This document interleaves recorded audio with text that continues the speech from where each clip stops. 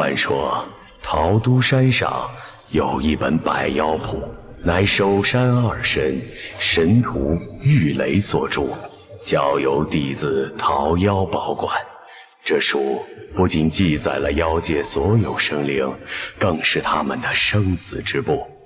只要将上面姓名抹去，便能让妖怪顷刻毁灭。故一直流传，得百妖谱者便能号令群魔，一统妖界。然而有一天，百妖谱竟忽然消失了。佛珠？难道是白天路过的小和尚？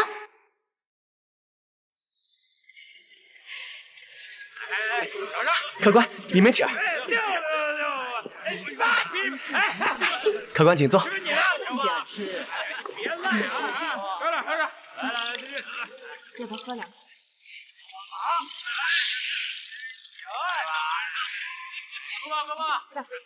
客官，你的面。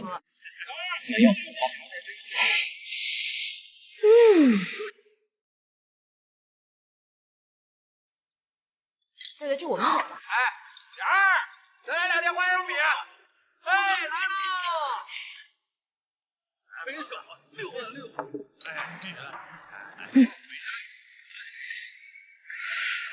哎，客官，你们怎么了，客官？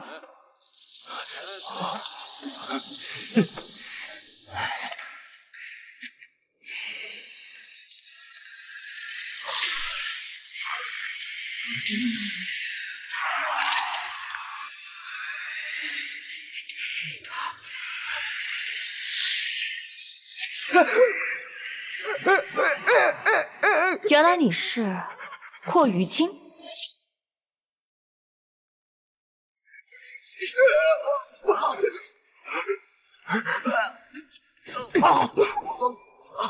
废物，连小妞都搞不定吗？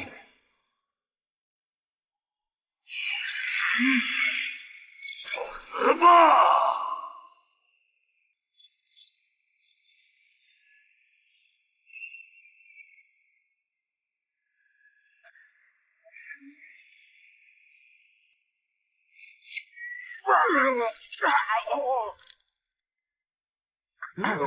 仙姑饶命！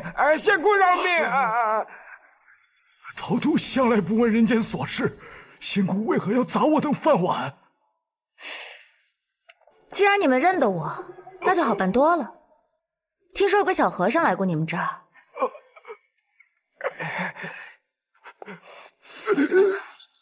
他被你们吃了。他去云娘之处了。云娘？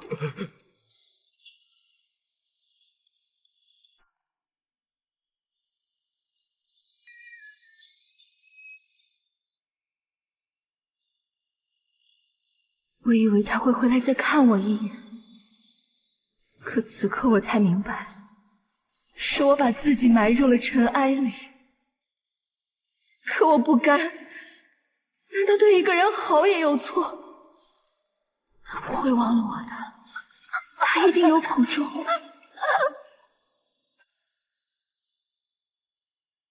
他会回来，他会回来的。他会回来的。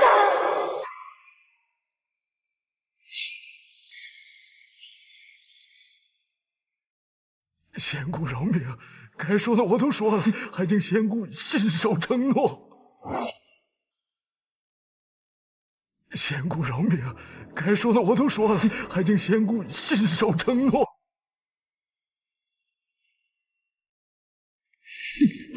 放心，我桃妖向来只救妖，不杀妖。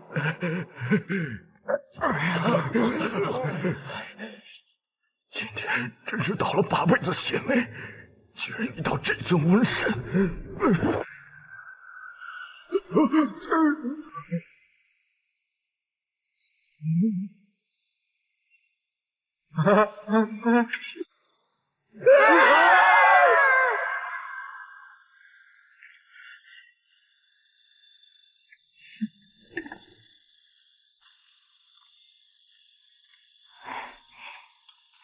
小师傅，此处距离金佛寺还需1日脚程，先喝碗粥垫垫肚子吧。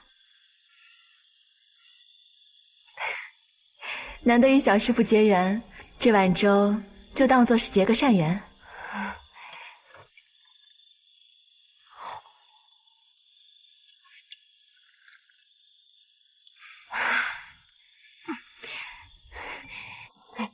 大娘做的粥好好吃啊！放心喝，要是不够的话就再来一碗。大娘美意，磨牙感激不尽。可师傅他身体抱恙，耽误不得。等我回去救了师傅，他日必来报大娘一粥之恩。你走了还会回来吗？啊！男人总是喜欢信口开河。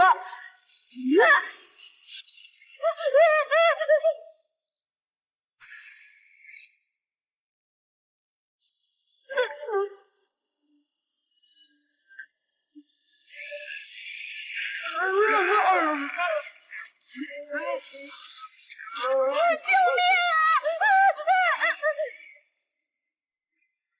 你果然在此。施主姐姐是你，太好了！你是桃妖？桃都山什么时候这么爱多管闲事了？若是平时，我自是不理。但今日我带这个小和尚走，可否卖个面子啊？哼！闹醉的鸭子，岂有相让之理？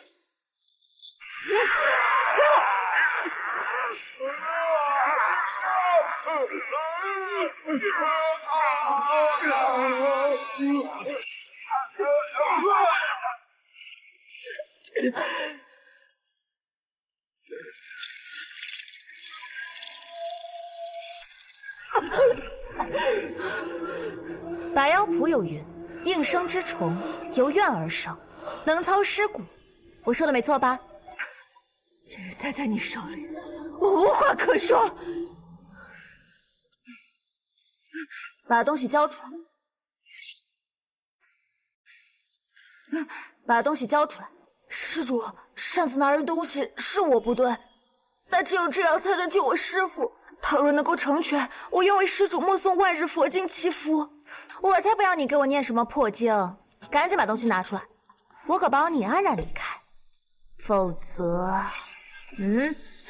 施主，我从小与师父相依为命，他对我恩重如山。如果我不能把这个带回去救我师父，我宁愿死在这里。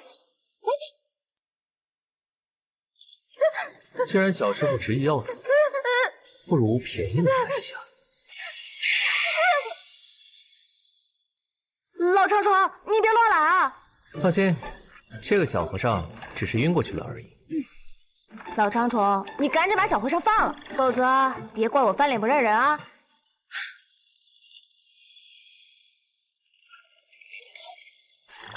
哼，怪不得你从桃都山追到了这里。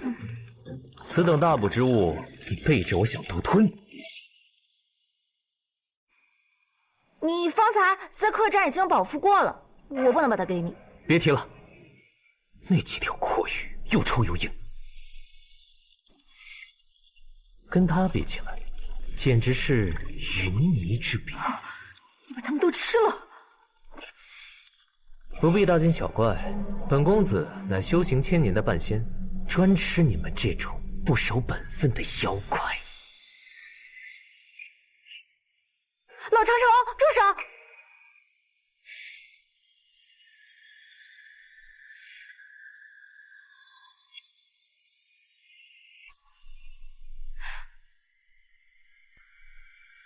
看来你这半仙老长虫，你怎么了？去，杀了他！是。喂，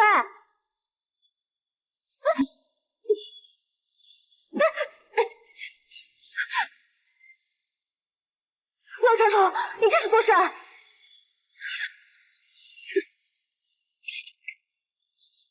老长虫，快醒醒，是我，桃妖！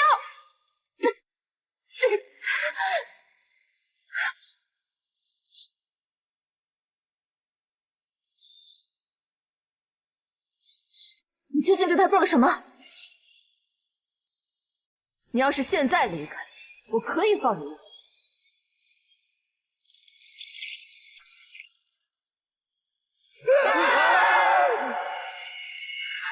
知道了。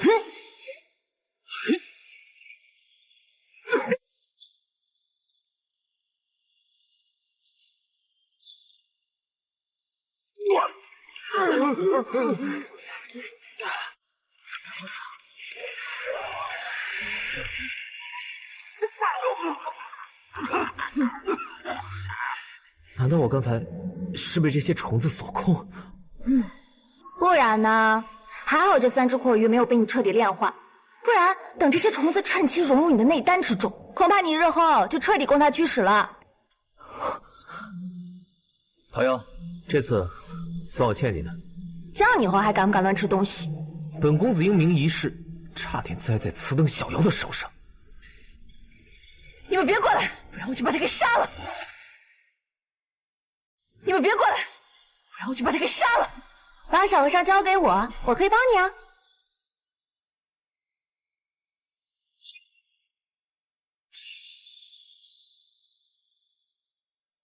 想要小和尚，除非你们把我想见的人带来。唉，这应生之虫乃是生前卑微之人的怨气所化，如今他几近疯魔，病怨缠身，想要对付他，还得从根源下手。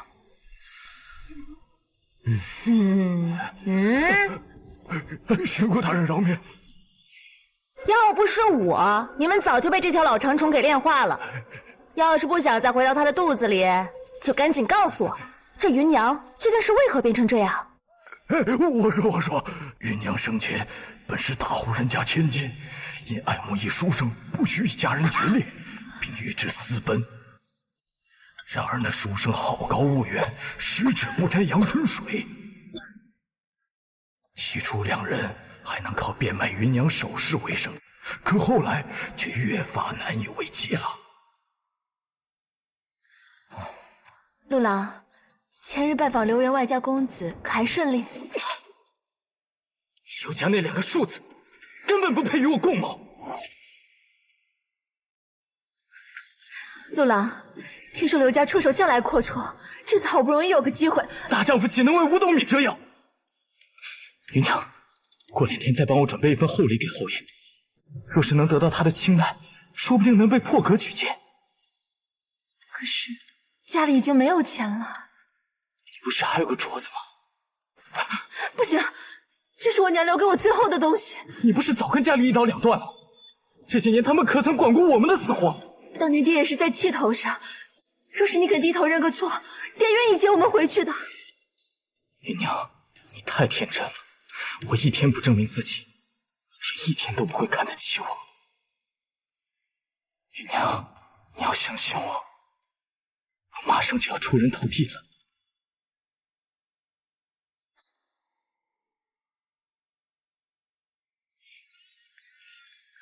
客官，您的粥。小娘子的手可真滑溜。这个好像挺可爱的。那个小兔。陆郎，我……走过路过不要错过啊！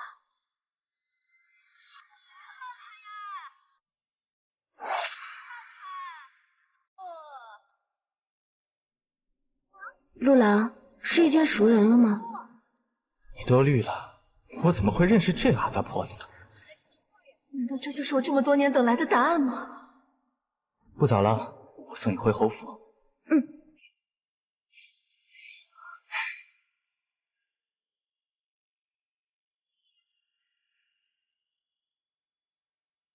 此后，芸娘心如死灰，便在一棵槐树下呼唤自己。最后，她的尸首山林干，草草埋在了这古井之下。如此说来，这芸娘生前也是个可怜之人。可怜之人必有可恨之处。要不是他对那个男人一味妥协忍让，对他抱有不切实际的幻想，也不至于沦落至此。常言道，世间最险是人心，看来果真如此。那男人后来怎么样啊？仙姑奶奶，您别生气。那书生后来入赘侯门，虽不曾当官，但日子却过得富裕悠闲。所以芸娘便一直守在原处，就是为了再见他。芸娘葬身于此，故无法离开。她也曾拜托我等代劳，可那书生似乎有高人相助，我等寻常小妖根本靠近不得呀。那他抓走小和尚又是为何？离此不远有座温家大宅，是他们想要小和尚，才与芸娘做了交易。温家大宅，仙姑饶命啊！至于个中缘由，小的们一概不知啊。眼下可管不了其他闲事了，找到那个负心汉才是当务之急。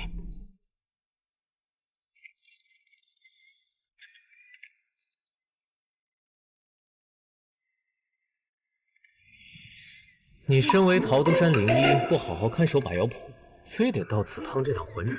我就是看不惯你们这些男人始乱终弃。怎么啦？本公子可不像他们凡人这般薄情寡义，只是念在千年邻居的情分上，你此番单独行动，我有些放心不下。少来！我知道你在打小和尚的主意，一天到晚就知道花脸生灵。你离我远点，我可不想把自己名声搞臭。桃夭，你可得想好，你身为灵医，虽不惧妖魔，但在他们凡人眼里，你不过是寻常女子。没有本公子，你恐怕连这侯府都出不去吧？哎，一起行动也不是不行，不过你得答应我，不得滥杀无辜。没问题，但你得答应我一个条件：事成之后，小和尚归我。对不起了，小和尚，为了拿回把药铺，我只能这么做了。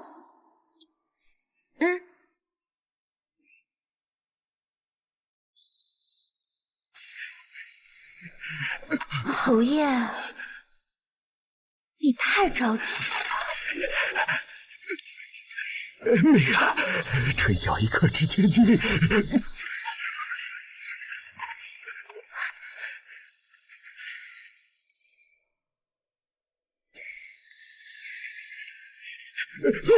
你快给我过来！老东西，这回你还不死？为什么不直接动手？那几只阔鱼说陆城身边还有高人，说不定螳螂捕蝉，黄雀在后。糟了，应城不见了。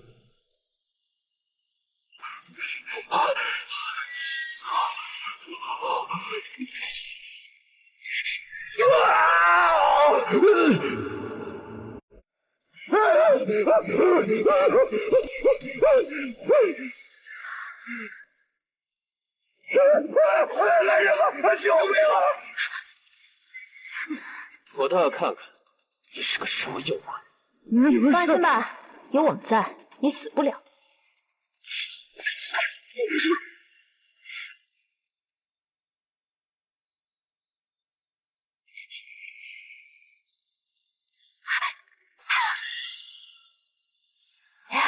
到底怎么回事？他怎么会变成这样？奇怪，他身上怎么会有妖气？莫非是中邪了？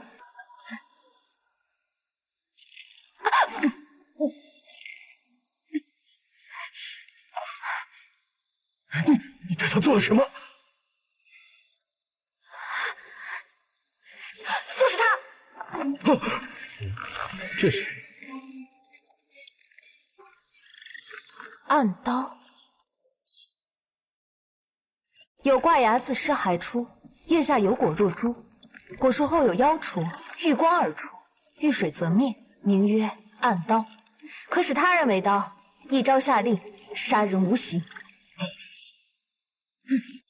你的意思是，他们用暗刀下达了刺杀侯爷的命令？何人这么恶毒，竟然驱使他来刺杀本侯？想知道是谁？那还不简单。侯爷，我想这女子并非你府上之人吧？这么说来，这个女子是侯爷女婿孝敬您的。让二位见笑了。果然是他。二位见过小轩。实不相瞒，我二人此番就是为了陆程而来。刚刚也是正好在外面撞见他偷窥，才发现侯爷险遭毒手。什么？此事与陆晨有关？岂有此理！哎呦，这个忘恩负义的狗东西！来人，把陆晨给我叫来！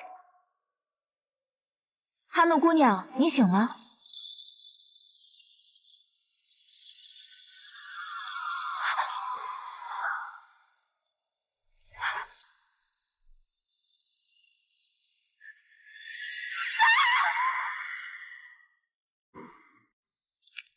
陆晨呢？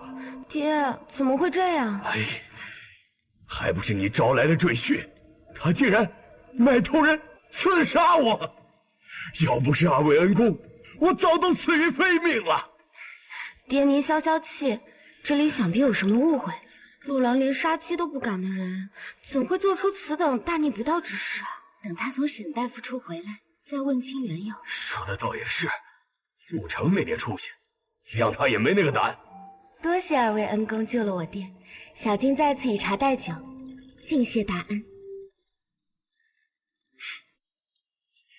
谢二位恩公救命之恩。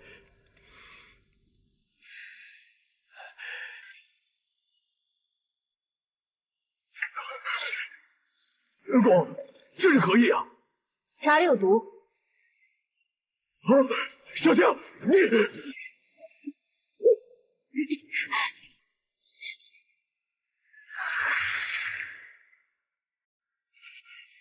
小静，小静，是我是爹爹呀！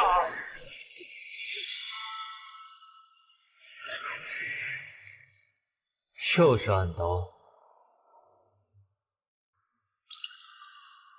恩公，这小静怎么也会如此啊？这不明摆着的吗？府上接二连三发生怪事，肯定跟你们家女婿有关。侯爷，我有一事不明。这大半夜的，陆程为何要去沈大夫处？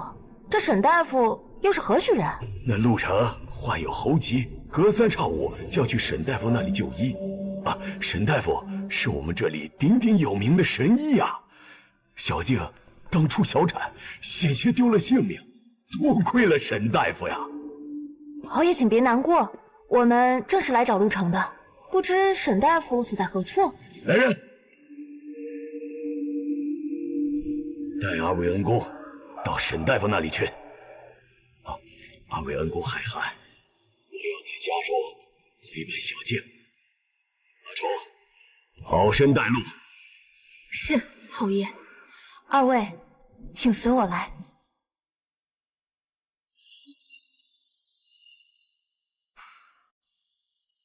这雾来的蹊跷，怕是有妖邪作祟。怕啦。我堂堂半仙，还怕这装神弄鬼的把戏？那丫鬟人呢？怎么不见了？喂，姑娘。奇怪，人哪儿去了？这里跟侯府一样，阴气很重，也是察觉不到半点妖气。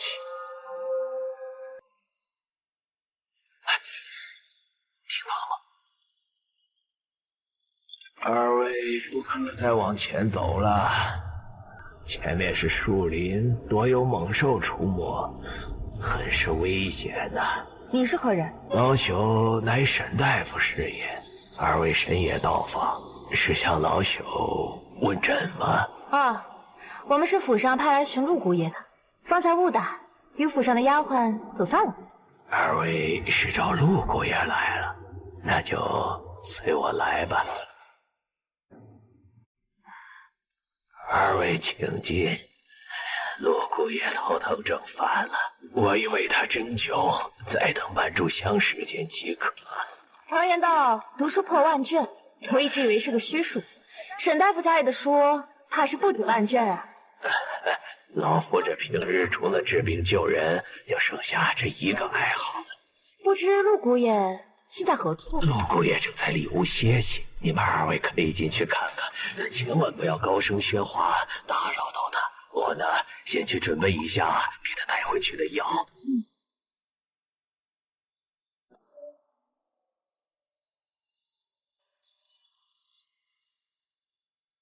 陆成，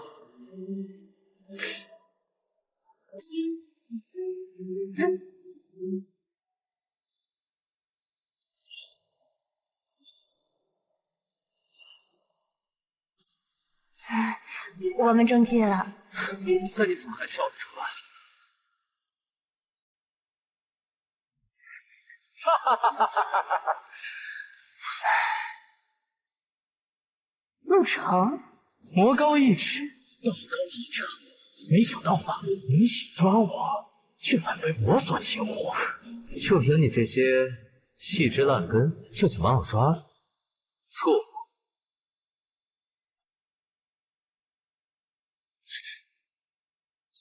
兄皇，沈大夫说的没错，你果然是一条蛇妖。看来这一切果然是你在搞鬼。要不是你们的出现搞乱了我的计划，又何必大费周折把你们引来这？可恶！这兄皇，别再做无谓的挣扎了，今晚你们都得死！老长城，因我爱你。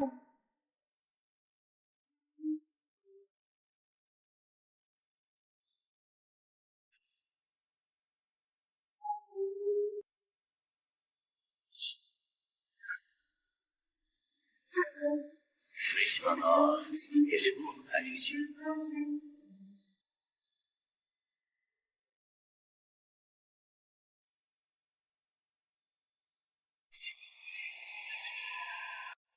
看来这就是暗刀本尊。你知道的不少啊。行了，未免夜长梦多，快动手吧。朝上的记忆，当初已经是瓮中之鳖。多少年了，我已经等不及了。只要侯爷一死，我马上就能继承侯府的一切，成为人上人。陆成，侯爷招你入赘，对你恩重如山，你为何如此恩将仇报？恩将仇报，整个侯府就是他最看不起，在下以前把我当哈巴狗一样祸里贺去，什么丢尽颜面。就算你恨他，可你与小静多年的夫妻之情，也不用如此痛下杀手吧？没有他，你能有如今的身份和地位？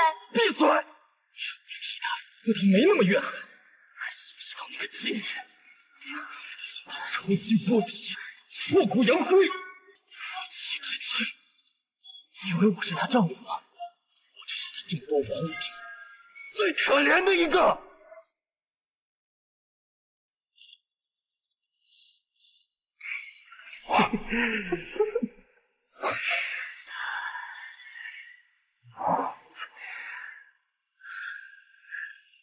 美人，你就不怕被家人看见？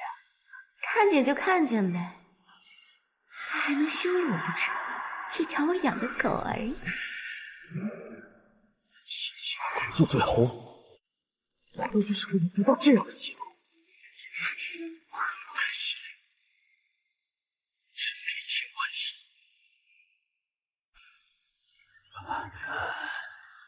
恭喜侯爷，贺喜姑爷，是喜脉呀！我要当外公了。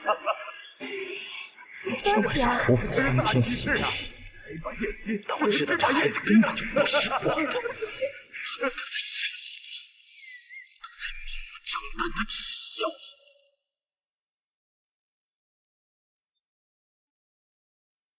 既然他们不理我好，我也不让他们入侵。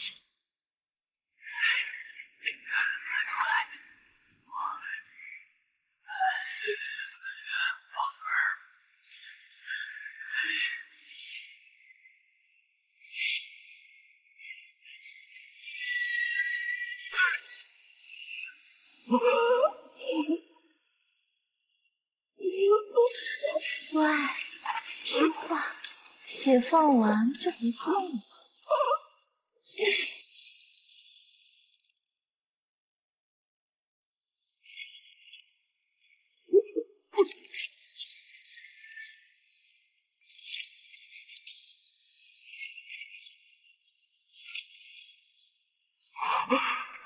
姑爷，这是要去哪儿啊？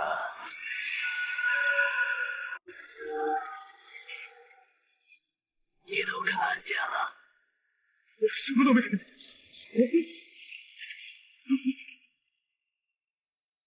你想给你家夫人下毒？不是的，不是这样的。小姐，小姐，你怎么了？我的肚子，来人！快来人！小姐，爹，还不赶紧找大夫！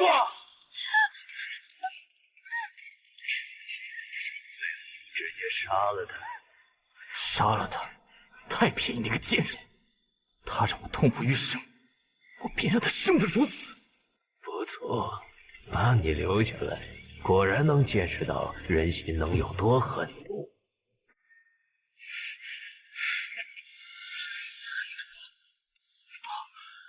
我不过是以牙还牙，以眼还眼罢了。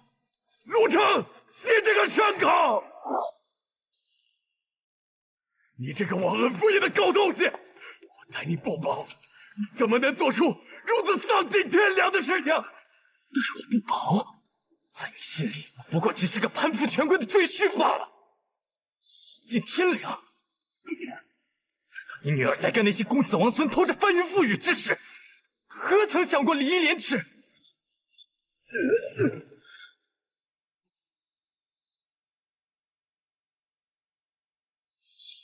你是在找他吗？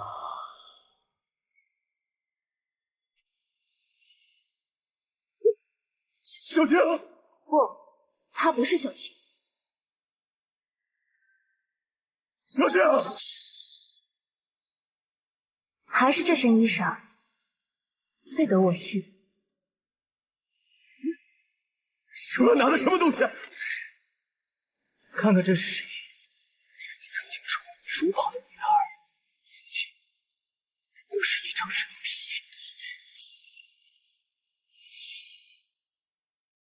这穿人之术，你倒是修炼的炉火纯青，难怪一丝妖气也没有。懂得这术法的妖可不多，谁教你的？无人教我，只是从书上学的罢了。这么看来，暗刀就是去除妖气的关键。看你年纪，竟知我所用的是穿人之术。你又是从何得知？我也是从书上看来的。不！你一定骗我的！爹，小静是你从小看着长大的，你肯定不会认错吧？陆晨，你不得好死啊！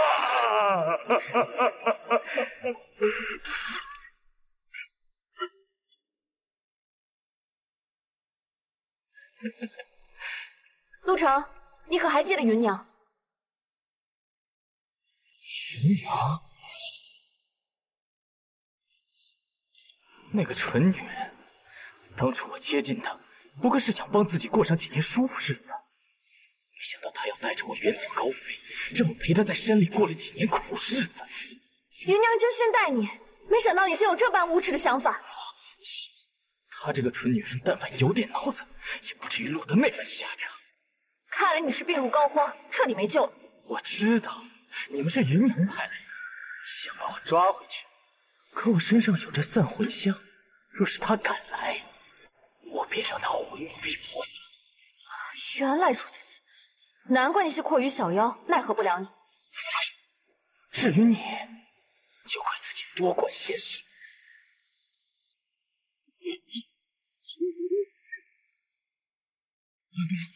你这是为何？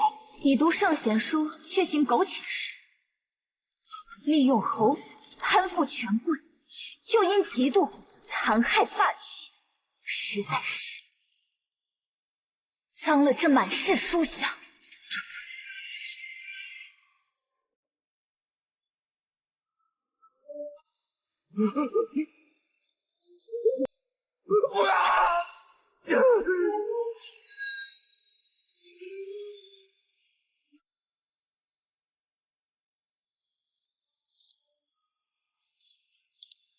不是说好了，你帮我继承侯府，我帮你得到更多衣裳。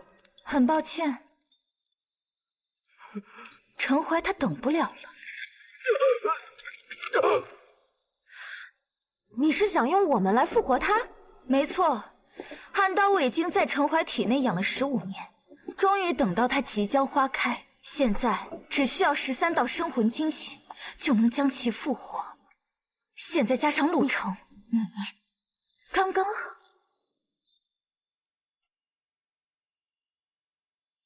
阿奴，你是说不会杀我吗？你现在已经对我没有任何利用价值。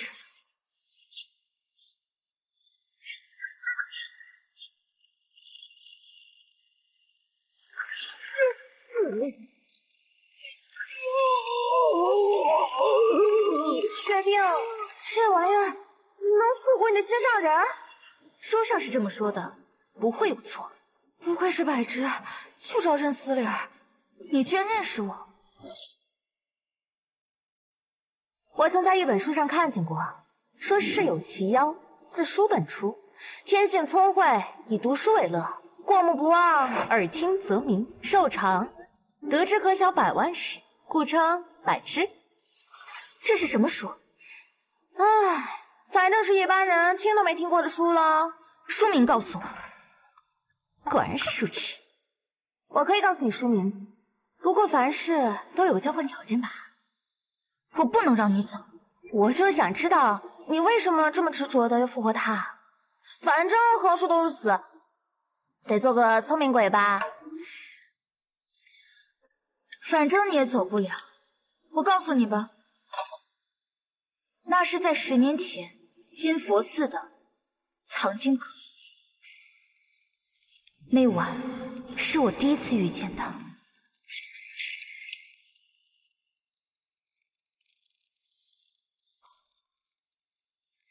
快起来，快起来，着火了！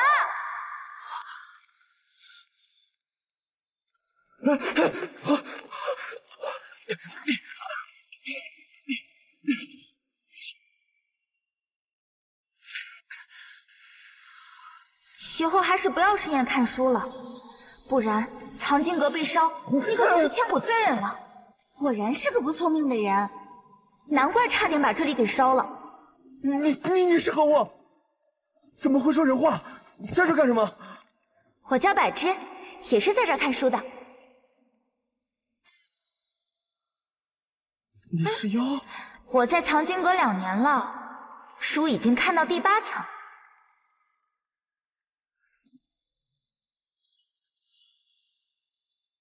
你真的每天每夜都在看书吗？那当然，书中自有黄金屋，书中自有颜如玉。只有不断看书，才能让自己强大起来。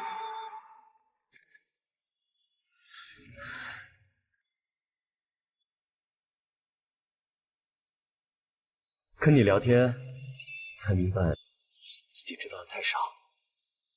你简直可以当我的老师了。这倒是过奖了，不过跟你交朋友还是挺开心的。可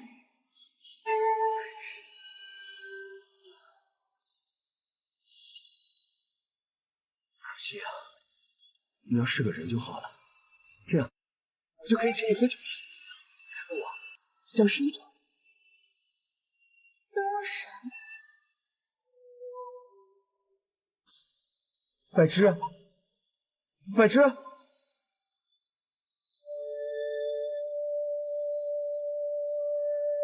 后来我一连好几天都没有出现，可许承怀却每天都在藏经阁过夜，守着我出现。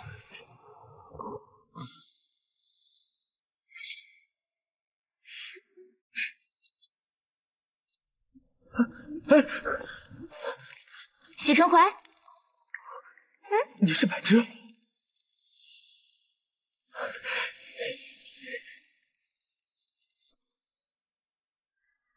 你怎么变成人了？说好了，你要请我喝酒。好啊，来吧。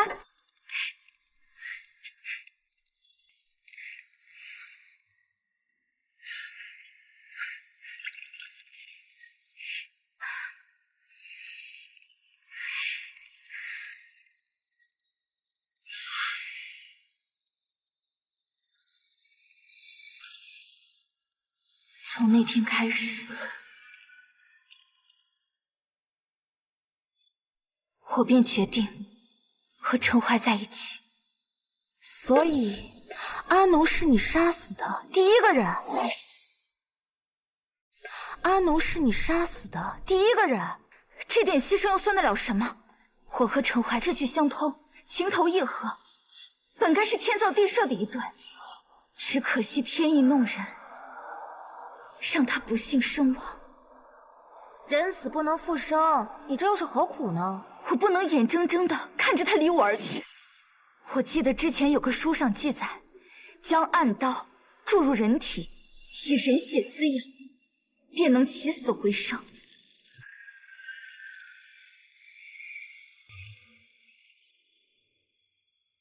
陈怀，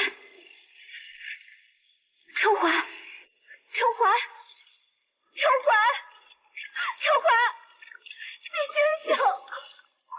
收手吧，陈怀，就算你救活了这具干尸，也不会是你想要的结果。陈怀，陈怀，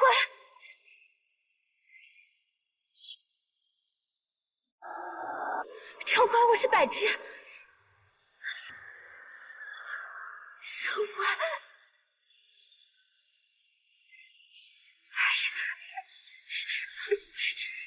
老长虫，你快别装死了，再不出手就要出大事了。小小妖孽，本公子在此，还不快束手就擒？还好还好，我的腰保住了。怎么会这样？我都按照书上去做了，怎么会错呢？哎，书上得来终觉浅，尽信书不如无书。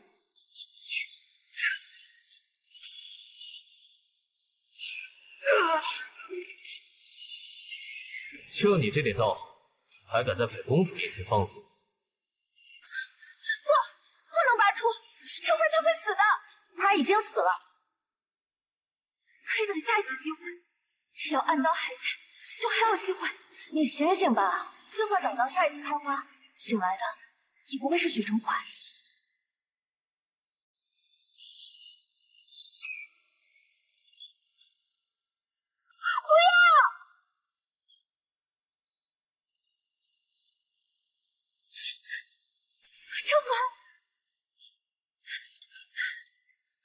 陈怀，为什么要毁掉我最后一次希望？就算我找到了种子，它也救不了陈怀。每个人只有一次机会。好久不见，陈怀，你醒了，你真的醒了。丫头。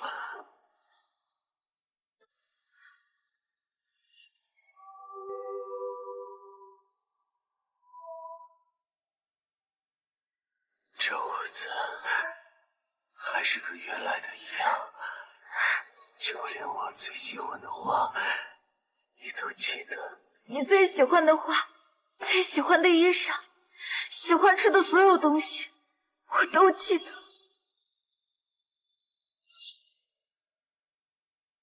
我都记得。差点忘了，你是柏芝，连千万卷书都记得。怎么可能会记不住我这些琐事？这些不是琐事。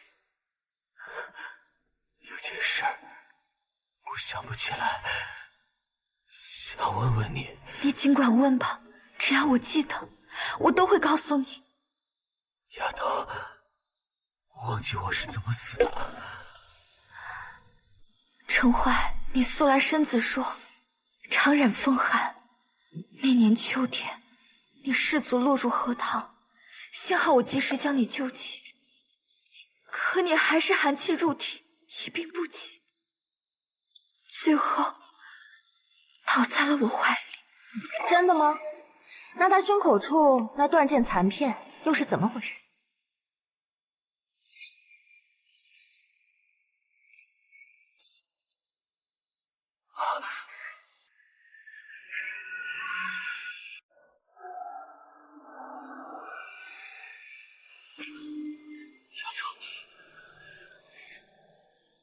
我想起来了，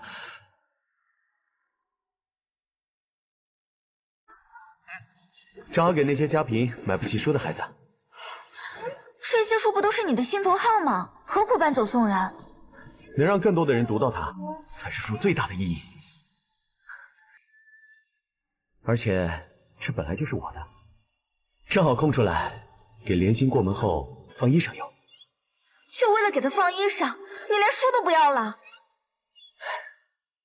不是不要了，而是把它给到更需要的人。柏芝，再帮我找个绳子来。你成亲之后，是不是也打算让我搬走？好，好，好，你要是喜欢这些书，以后给你当嫁妆。你的玩笑一点也不好笑。哎呀，恭喜啊，恭喜啊，喜公子，恭喜恭喜啊！早生贵子啊！早生贵子！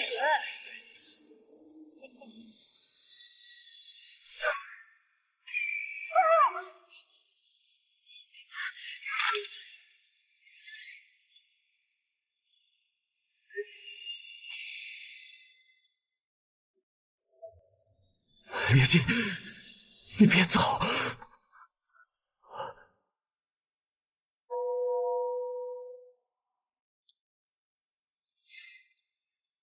我不走。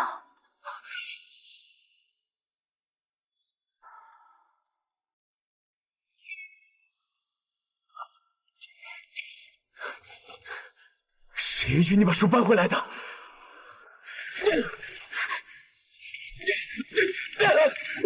我家的书要是你的，最爱的人都留不住。他和你才认识多久？他在你葬身火海前叫醒你了，他和你一起挑灯夜读过，他跟你一起喝得酩酊大醉过，还是他在晨光里从你怀里醒过？都没有，那他为何是你最中意之人？你到底在说什么？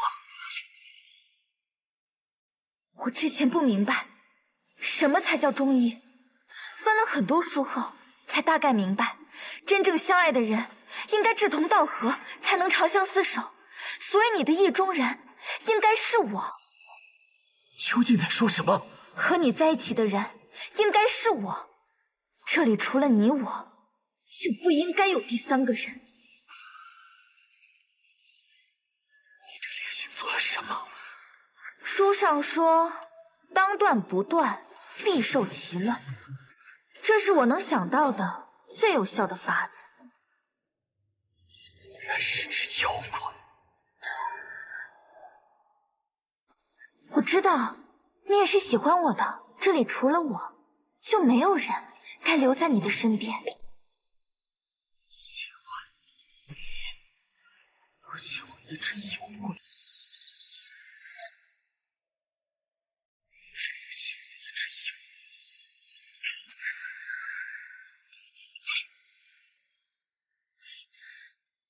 你想杀了我？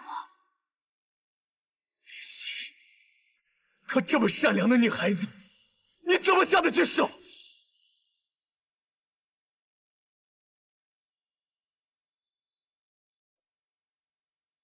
因为我不能失去你。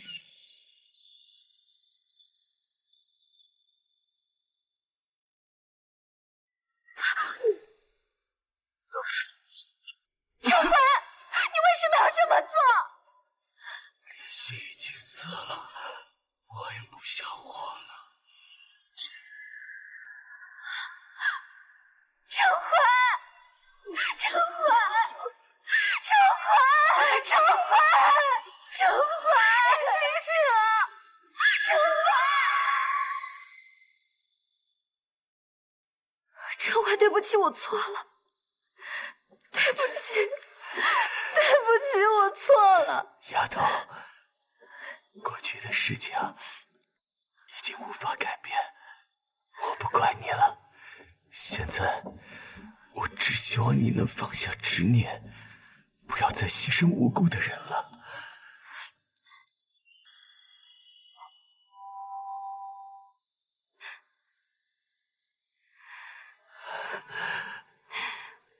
听你的。那就好。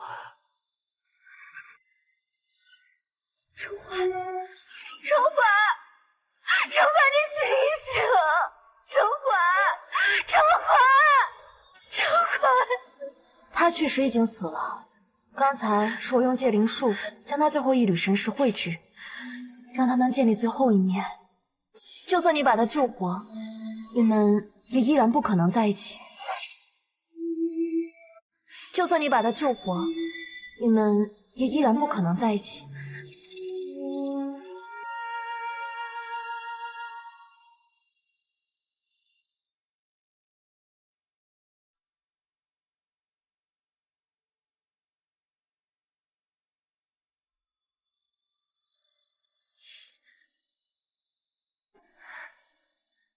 你究竟是谁？我叫桃夭，原来是桃都山灵异。你想让我做你的药？看来你的书没白读啊。我说你怎么一点也不着急，还让我跟你演戏，原来是为了这个。你笑什么？你和我一样，都是性情中人，就不劳你动手。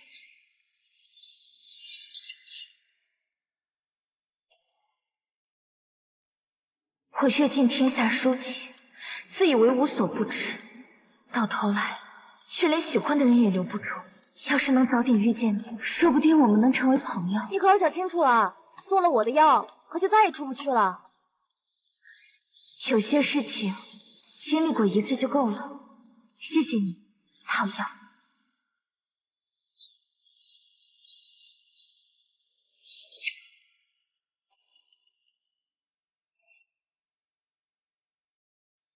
这得存多少年才能存下这么多的知识呀？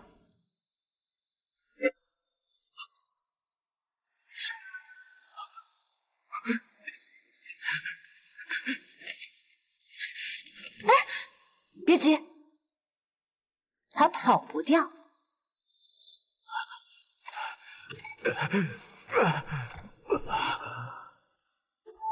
官人，来喝碗热粥吧。官人慢些，别着急，还有呢。这粥喝起来怎么这么熟悉？这是我以前最爱喝的粥。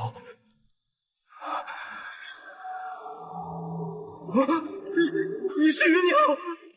陆郎，想必这粥已经很多年没有人为你熬过了吧？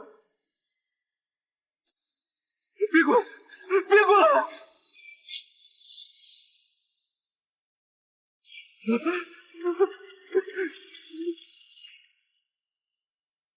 你为什么这么久才认出我？是不是我变丑了？是不是变丑了，对不对？芸娘，看在多年的情分上，请你放过我。情分？你跟我讲情分？我为了你，我和我父亲决裂，我投你一头咒进这深山里来，我每日操劳家务，照顾你衣食起居。陆郎，我究竟做错了什么？你凭什么这样对我？你听我说，当初我也是被逼无奈。当时侯爷的千金看中了我，如果我不依他，早已能会是我们两个。我知道这些年你遭受了很多痛苦，我一定会好好补偿你。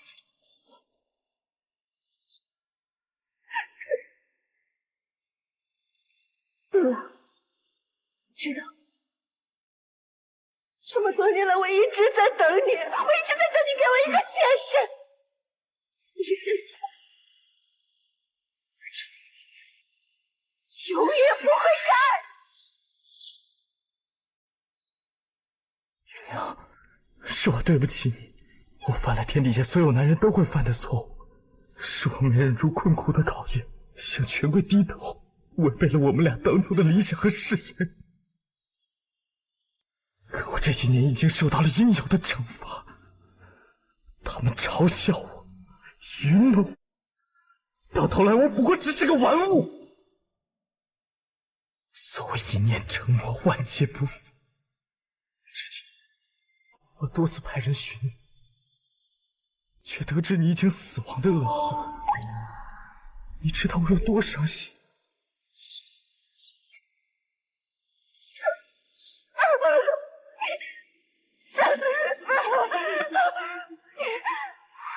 芸娘，你别怪我，人妖殊途，我是你死，就是我亡。我马上就能继承侯府，绝不能让你怀疑我的好意。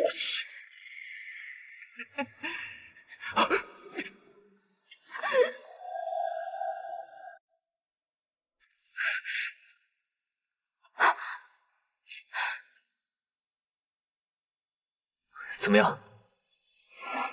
他精魂也无法凝聚，别说是我，就算神仙来了，也回天乏术。看来我终究还是一只可怜的应声虫。你明知道他是什么样的人，刚才为何还要手下留情？我只是想再动一次。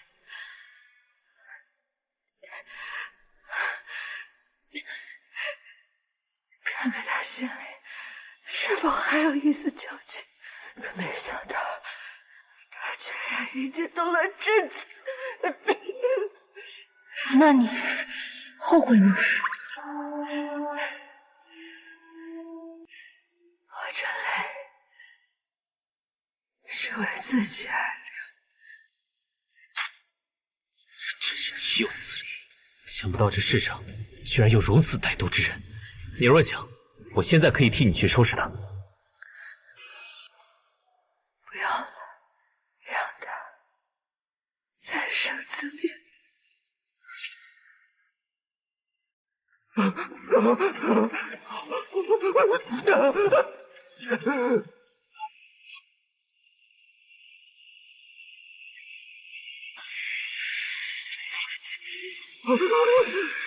你们是什么人？想干什么？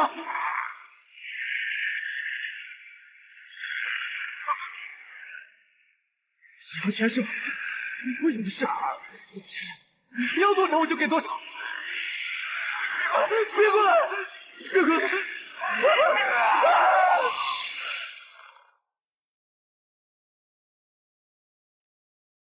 好了，既然你已经完成心愿，小和尚可以交出来了吧？小和尚刚刚已经被他们带走了。什么？他们是谁？他们带着小和尚往那边去了。不能让他们进入行动！不能让他们进入行动！哎，你……对了，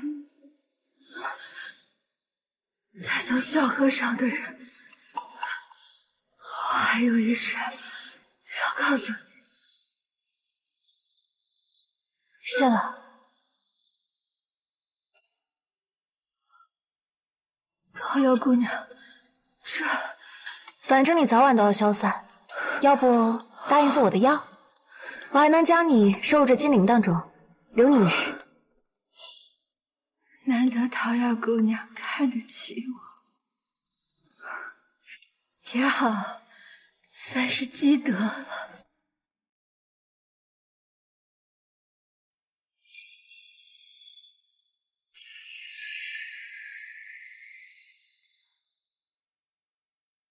情或世间薄幸母，不可跌落尘埃中。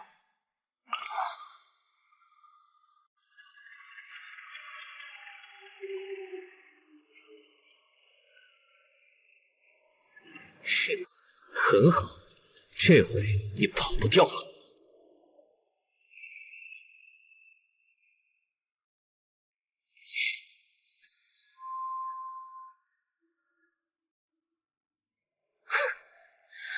小小妖孽，此等障眼法，就敢在我面前班门弄斧！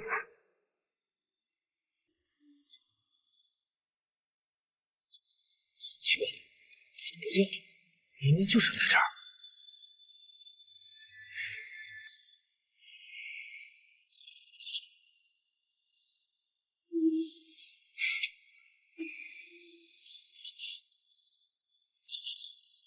老陈宠，陆陈宠，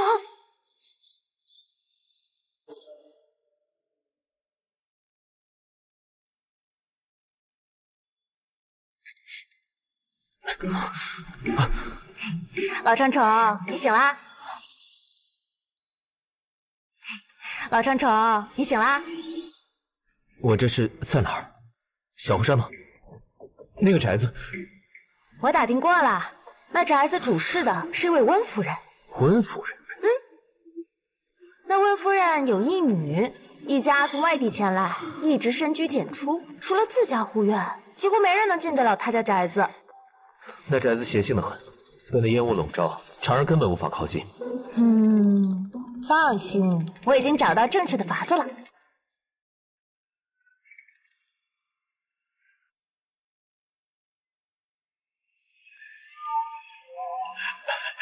又有2个病号到了。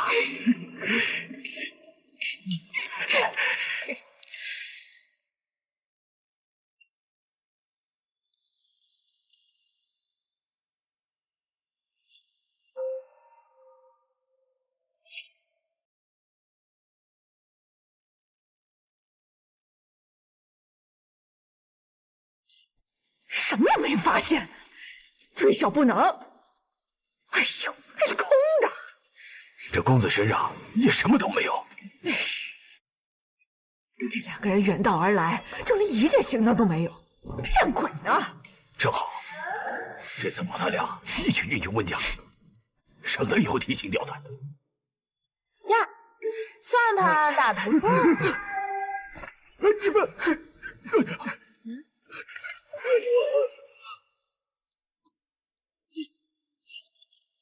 你怎么会这么痒啊？怎么回事啊？这是我研制的毒药，由108种毒草提炼而成。你们的皮肉会慢慢被毒药侵蚀，一寸一寸烂掉，直到露出骨头，越到后面越生不如死。你们要钱，拿去便是了。钱？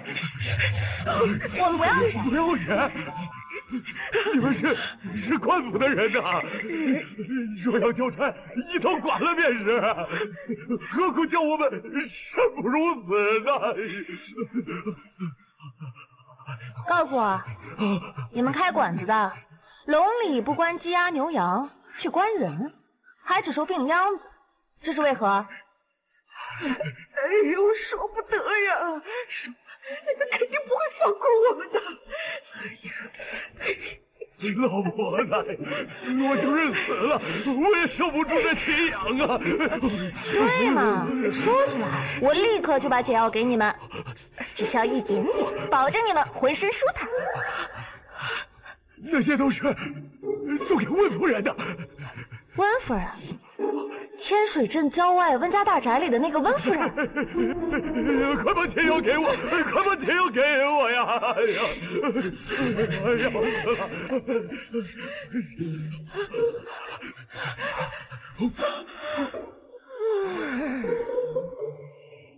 这年轻男女才是人贩子的首选。温夫人要这么多病号干什么？哎呀，二位饶命啊！这么些年，我们夫妻只管给温夫人送货，他哪儿去做什么，我们确实不知道啊。是真不知，还是假不知？我们也是学了一点皮毛，我们也问过来人，但温家的人警告收钱就好，我们只是收钱办事，多干闲事，只怕引来杀身之祸。这些人可不是我们偷来的呀，有些人是亲人送来，他们家境贫苦，连饭都吃不起，留在家里也是等死啊，所以才送到我这儿来换钱的呀。姑娘，我们也是身不由己呀！姑娘，你放我们一马，我们现在就把店门关了，我们离开这里，金盆洗手，再也不干了，再也不干了。那不行，想活命还得再干，还得再干。啊？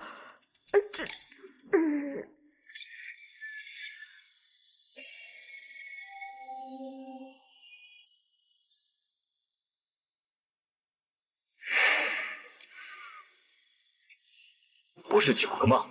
怎么多了2个？今儿个运气好，多收了2。拖上车，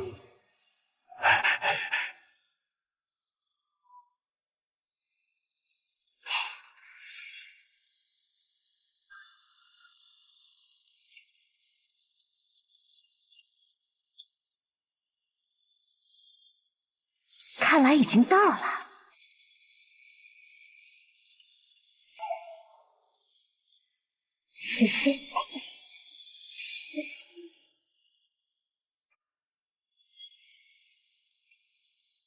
山海那边怎么样了？婚房都已经布置好了，夫人，只要您开口，这合婚仪式随时都可以开始。合婚仪式事不宜迟，今晚就劳烦许婆婆了。是，夫人。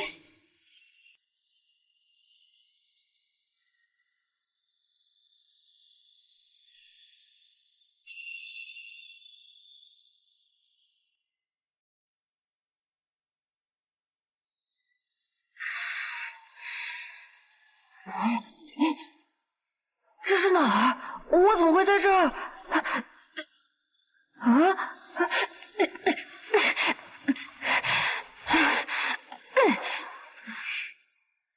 你叫什么呀？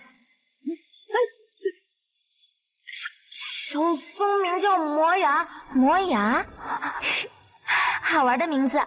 我叫山海，温山海。山海小姐，幸会幸会。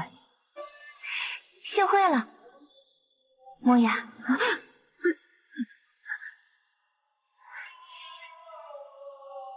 你怕我？山海小姐，我是出家人，无论如何也是做不得新郎呀。别说你了，我还想出去呢。我还想出去呢。你也想出去？我都不知在这待了多少时日，见过多少个同你差不多的小和尚。同我差不多的小和尚，都是来跟你成亲的？荒唐！阿弥陀佛，罪过罪过。山海小姐，既然你都有夫君了，为何还要为难小僧呢？不过他们都死了，并不是我想害他们，而是我的母亲，执意如此。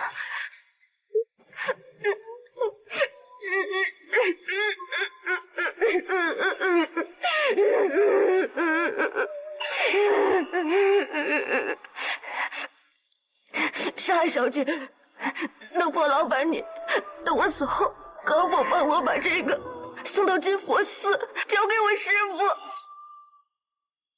交给我师父。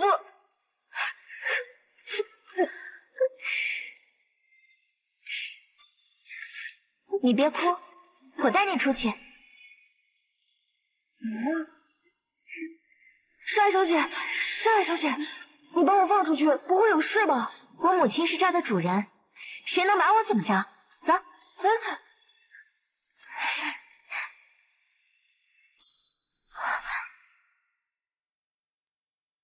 我们在这儿先待一会儿，马上他们就要交班了，到时候你就可以趁机逃出去了。山海小姐，你人美心善，佛祖必定保佑你长命百岁，大富大贵的。谢谢你，磨牙，但我可能活不了多久了。山海小姐，何出此言？难不成是跟你要与和尚成亲有关？我身负幽浮吞噬之苦，我母亲也是因为听信许婆婆之言，以为用和尚与我进行合婚之术，能为我消除体内的幽浮。非礼勿视，请山海小姐自重。磨牙小师傅，我没有愚弄你的意思，你转过来就知道我所说的不假。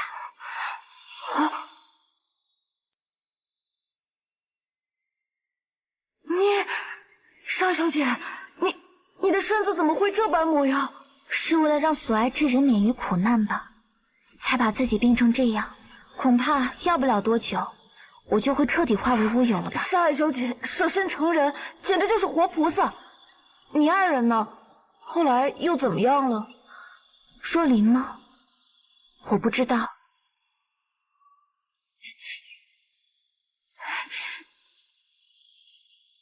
快，趁现在！谢谢你，山海小姐。等我顺利回到金佛寺，我一定要请我师父过来给你治病。我师父他可厉害了。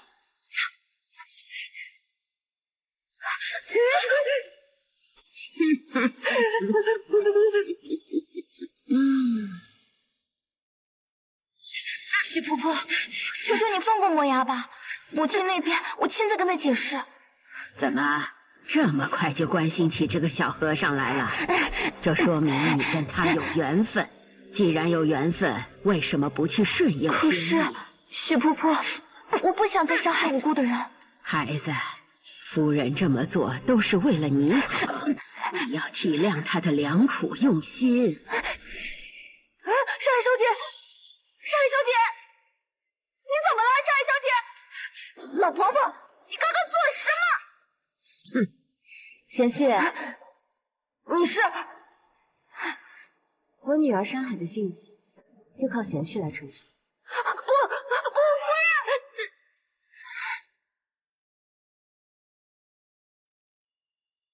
夫人，这时辰可差不多了。夫人，请您放心，这小和尚定会为小姐清洗掉身上的幽符。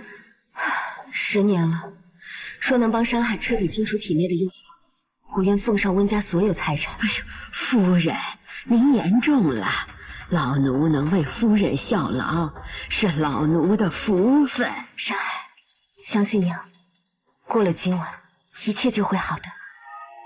夫人，新的一批货已经送到西乡了。去看看。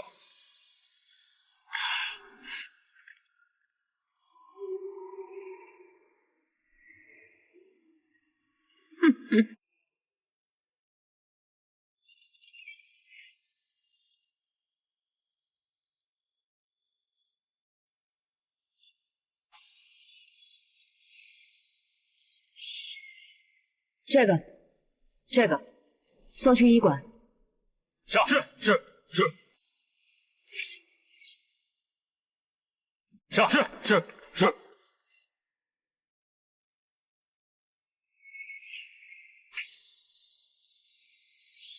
看不见？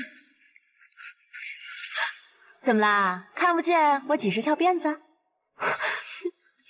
百妖谱有云：敖识王者，能断人死时，得成人形者及女体，貌秀美，故称敖姬。你是谁？你怎么会知道我的身份？哼，我自陶都而来。片甲不留。哦，看来你认识这个，那事情就好办多了。把小和尚交出来吧。小和尚？不，我不可能把他交给你。那就别怪我不客气。不可伤我家夫人。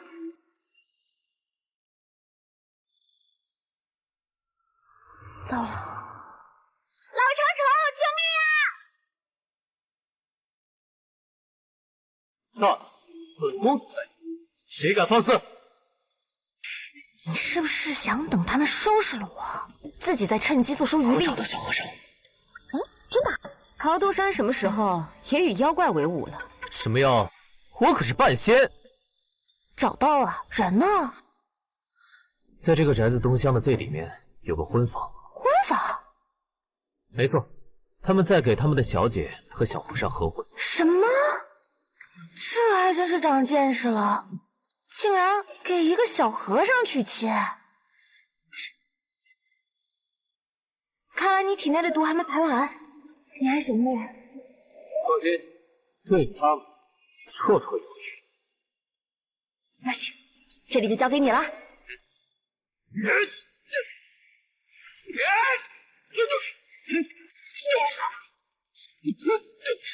别过看，好歹也过来搭把手啊！唐瑶，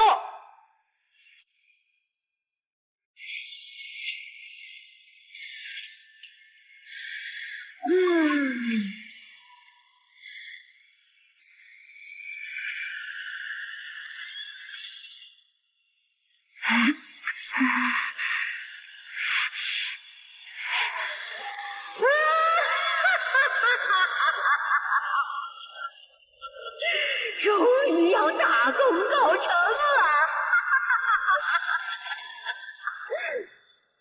你是何人？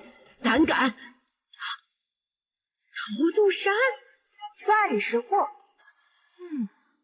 小和尚。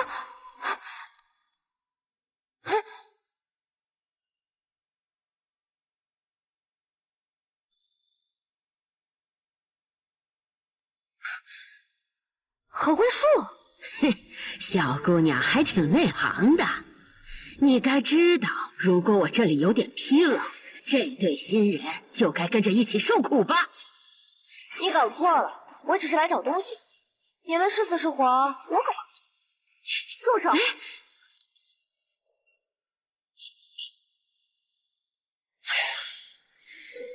你怎么被抓了？还好意思说，不是你跑了，我会受此被腐蚀。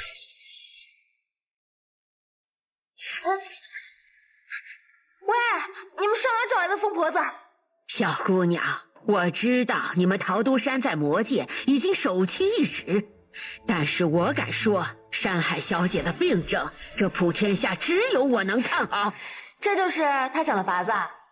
出家男童本是六根清净，再者他又是灵童之身，在凡世间已经找不到这么好这么干净的药引子了，只有这个小和尚才可帮小姐清洗身上的幽符，让她恢复如初啊！清洗？小和尚还真是时运不济，第一次出山门就被你们给看上。你不会真的相信有小和尚的命就能让你女儿摆脱诅咒吧？我只知道，经过这段时间的努力，山海身上的诅咒已经越来越弱。作为一个母亲，我只要能让自己的女儿回来，怎么样我都愿意一试。胡闹！这合婚之术根本就救不了山海，这是唯一的希望。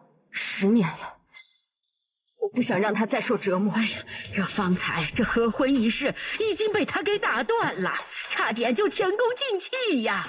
现在小姐这身体正在加速恶化，赶紧要实行仪式，要不然就要后果不堪设想了。明眼人一眼就能看出来，是这老妖婆故意借此事接近你，另有所图。你难道看不出来吗？你不要血口喷人！你没有当过母亲，自然不能理解我的感受。但凡有一丝希望，我也不想让我的女儿受半点委屈。看看这多好的娘亲呐！啊，夫人，您请放心，老身之前答应过你的事情，一定会帮你办到。只要过了今晚，完成了合婚之事，那小姐身上的赌咒就会去除。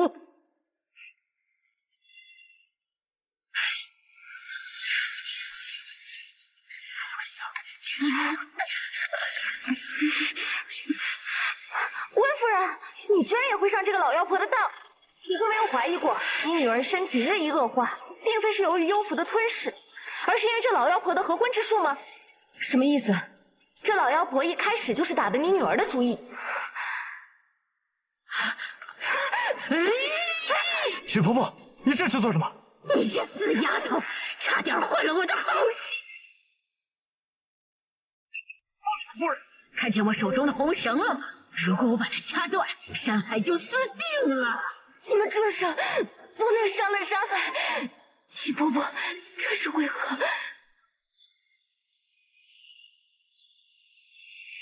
为何？山海身上寄生了2万多个幽符，若是能把他体内的幽符全部转化为修为吸过来，我将突破极限，修炼成仙。可山海的体质过于特殊，需通过童子配合炼化，故此你才想出了与和尚合婚的荒谬之法。我说的没错吧？不愧为陶都灵医，这你都看得穿。枪还是老的辣。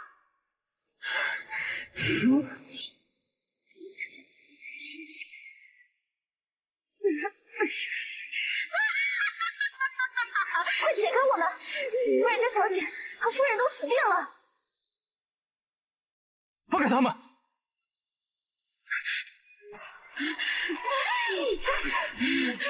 快去救山海！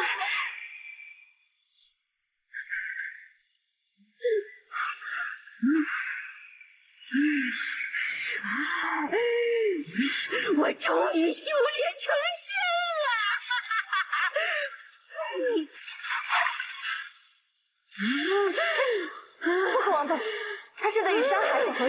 线相连，一损俱损，一个受到攻击，另外2人也会受到同样的伤害。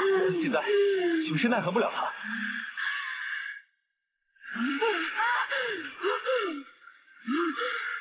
没事儿，他嚣张不了多久。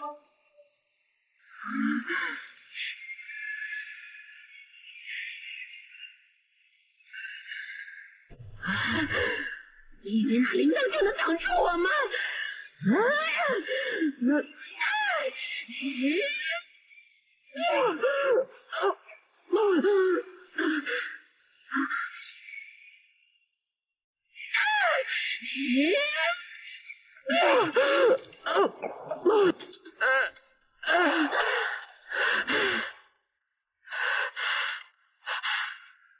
怎么会？老妖婆，你以为吸收了这些幽符就能增加修为，得道成仙？你也太异想天开了吧！这2万幽符满含怨气，强行容纳你招灾反噬。桃夭，小和尚的气息越来越弱了。山海，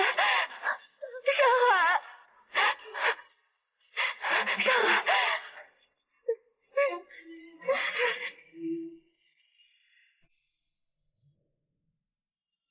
要是救不了小和尚，我可得趁着现在把他吞了。他们现在精魄相连，你要是不怕落得和老妖婆一样的下场，可以试试。好好的灵童就这么被你给毁了，好好的灵童就这么被你给毁了。你现在杀了他，山海和小和尚也会跟着遭殃的。必须趁他断气之前，把他2人的神识从红线中分离出来，否则他们会一同死去的。现在当务之急，还是得解了他们身上的红线。姑娘，我求求你，救救山海！你们呐，担忧儿女是好事，但也不能遍及乱投医啊！救人要紧，望你出手相助。现在唯一的办法就是我进入他们的神识空间，将他们的神识找回来。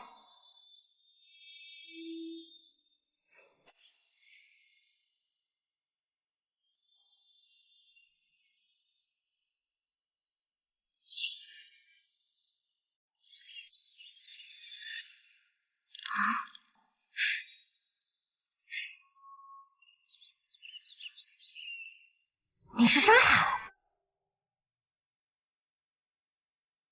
小子，不要命了！教训他！我教训他！小兔崽子，你疯了！为了一只狐狸，打还是不打？快走！打就认输！大哥，加油！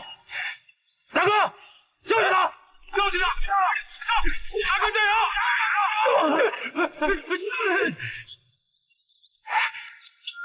油！你输了！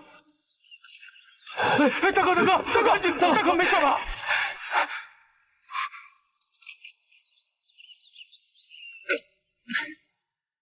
这狐狸归我了。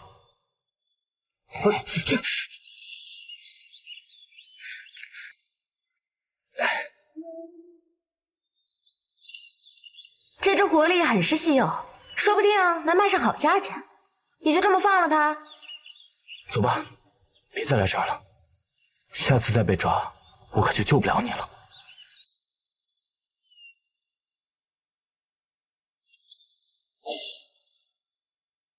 如今这个世道，能活下来才最重要。现在这兵荒马乱的，姑娘你也小心些吧。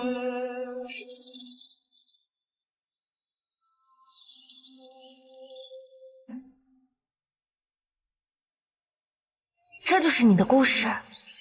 是的，谢微说灵救了我，所以我决定报答他。只是在观察若离，我发现他和别人是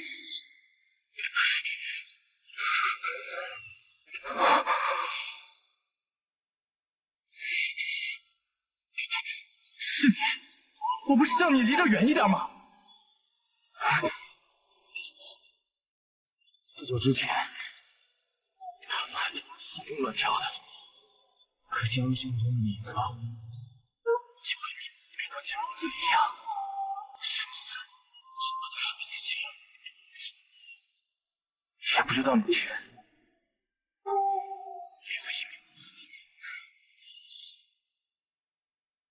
你知道吗？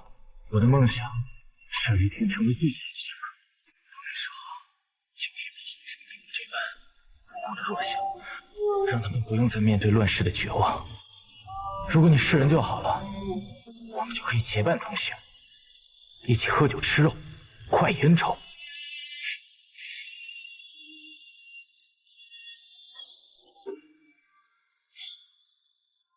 队伍要开团了，我得走了。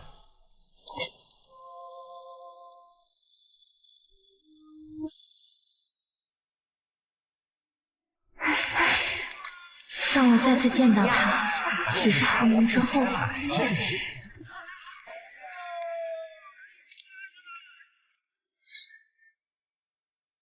那时我已长成人形，满怀希望要见若琳，兑现当年的期许，却想不到他没有做成仗剑江湖的侠客，却当上了让人闻风丧胆的贵子。知道了，若琳为他的国家贡献，亲自下令诛杀2万多人。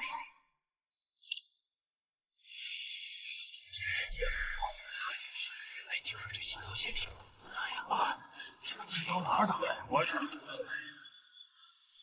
也不会想到，没过几天，那2万多死者的怨气竟化作妖符而打来寻找。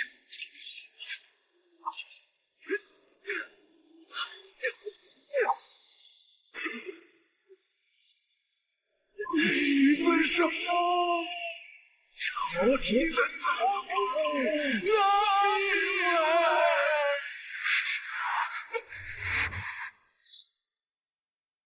人有头债有主，走还是与你无关。他对我有救命之恩，我不能让你们伤害他。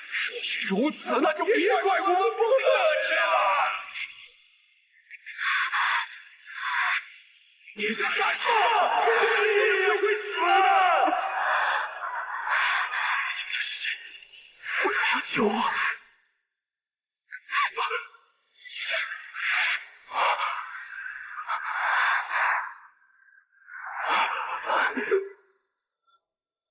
是你。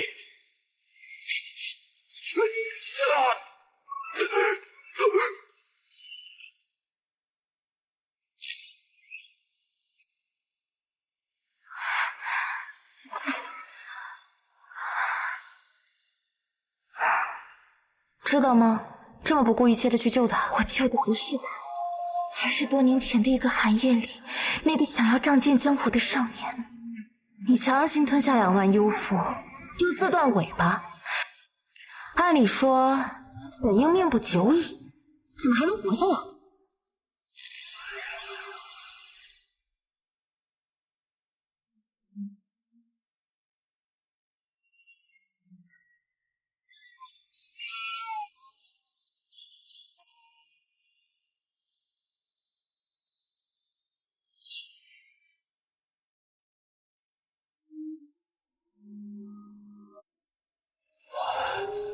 阿弥陀佛，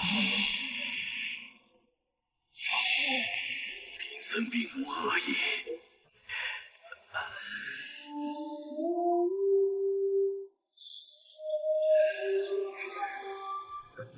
原来如此，看来一切皆是机缘。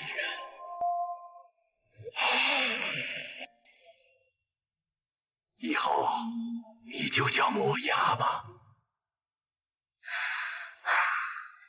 没想到竟会是如此因果流转。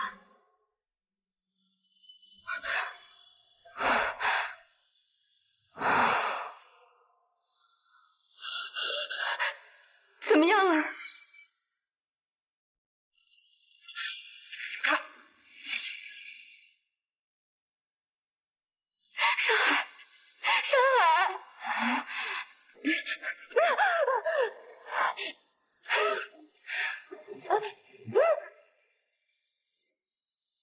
是你们？东西拿，拿了吧。什么东西啊？少装糊涂！你拿着东西呢？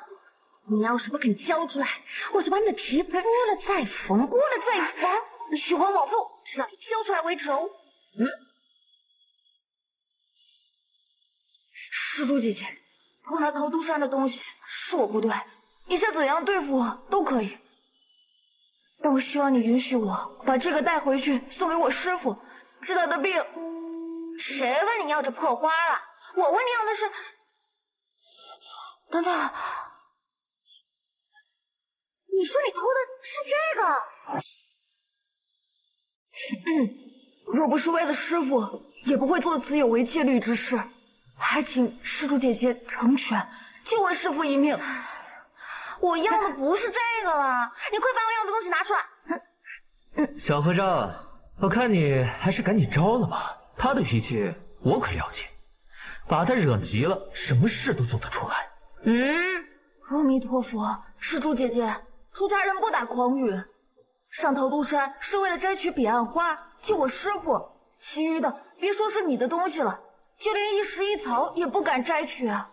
哎呀，真没拿呀？千真万确，若有虚言，任凭处置。桃夭，认识你这么久，还从没见你这么着急过。难道说……山小姐，你怎么了？山小姐，你怎么了？山小姐，山海。桃夭姑娘，能否救救我家小姐？已经没用了，她本该10年前就香消玉殒，能撑到现在，可以说是个奇迹了。山海不会死的，山海，你睁开眼睛看看娘啊！事已至此，夫人请节哀。你胡说！你是不乖！是你害死了我女儿！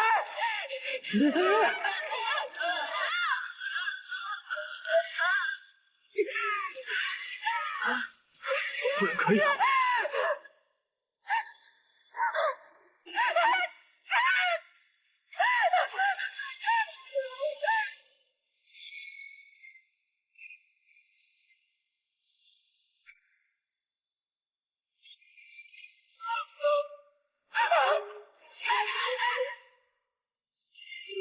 原来是你，就是因为你，我女儿才变成这样的。原来是你，就是因为你，我女儿才变成这样的。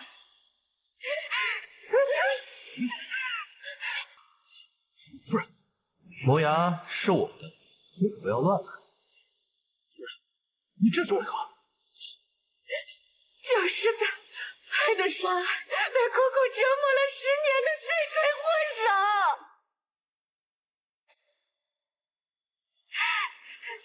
这是怎么一回事？我在去了雨峰晚时，看到了山海的记忆，当初山海就是为了救你，才会被妖符缠身，遭此大难。可这一切都是山海自愿的，没有人强迫他这么做，你怎可怪罪他人呢？我不管，今天就要杀了他，为山海阿弥陀佛，冤冤相报何时了？奇怪，他什么时候在的？我居然没有发现。师傅，师傅，你怎么来了？伯牙，辛苦你了。就是这小和尚的师傅，正好，今天就让你们一同给我女儿陪葬。施主，生死有命，万事皆有因果。不过，山海施主尚有一线生机。休要骗我！连桃都领域都束手无策，你不过是一个寻常的和尚，又怎能救得了山海？桃夭施主，贫僧想向您讨教，是否存在一种溯本清源之法，能救山海？的确有这么一种回生之法，不过需要用到彼岸花和另一个药引。哦，老和尚，你一开始就算计好了。自从磨牙偷取彼岸花开始，这都是你做的局啊！师傅，这彼岸花不是给你治病的吗？怎么会跟山海小姐有关？阿弥陀佛，舍身取义者自有天眷，一切因缘际会，皆有天机。你以为药引是什么？小海，第4赛。秦管家，怎么会这样？师傅，你认识他？生育深海，能照生路，故称正海。成人形后，迅捷如鬼魅，善寻逃路，追之不得，各自遂成粉。不论生死，食之可谓出也。他就是最后一味妖。正是。我走去磨牙，便知道他命不该绝，于是便留下了赵海。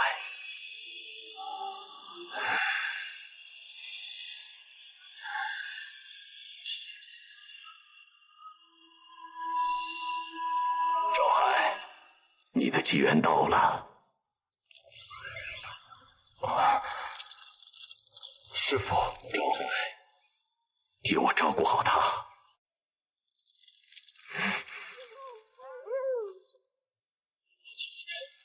这么多年来，一直对你隐瞒了身份。原来他能活这么久，都是因为你。10年不离居期，就为了救一只妖。师傅，你们在说些什么？我怎么一点都听不懂啊？我来自东海，多亏师傅度化，才形成人形。10年天修，为此一日。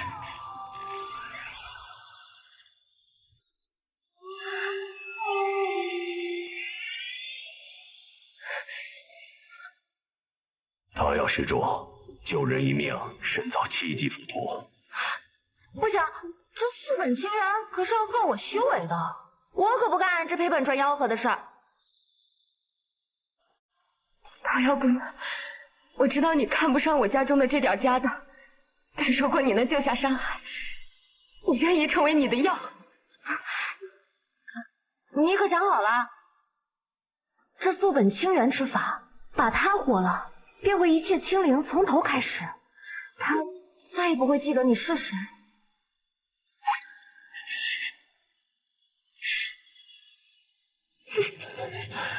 林森这就为桃夭施主念经护法。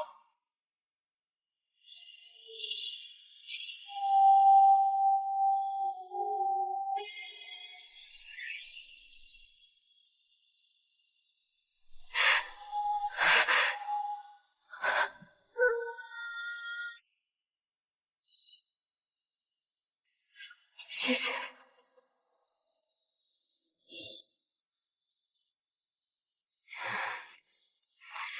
以后他就拜托你们了。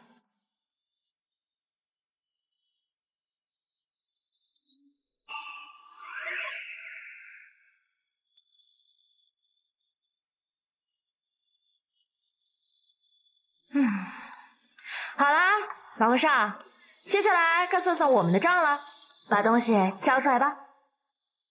师傅，师傅，师傅！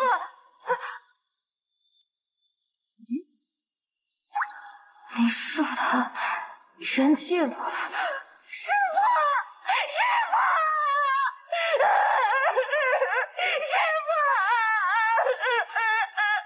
师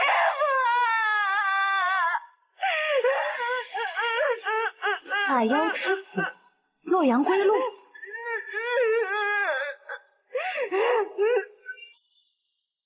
果然是你。桃夭，该兑现承诺了。老陈宠，我暂时还不能把它给你。他究竟拿了你什么东西？你要这般护他？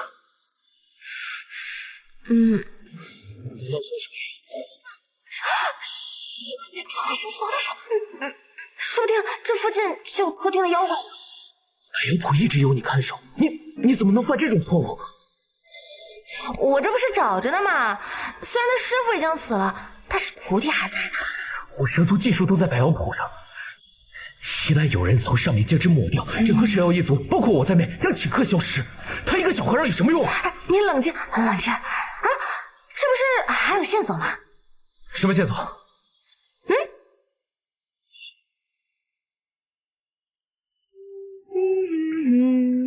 走吧，磨牙。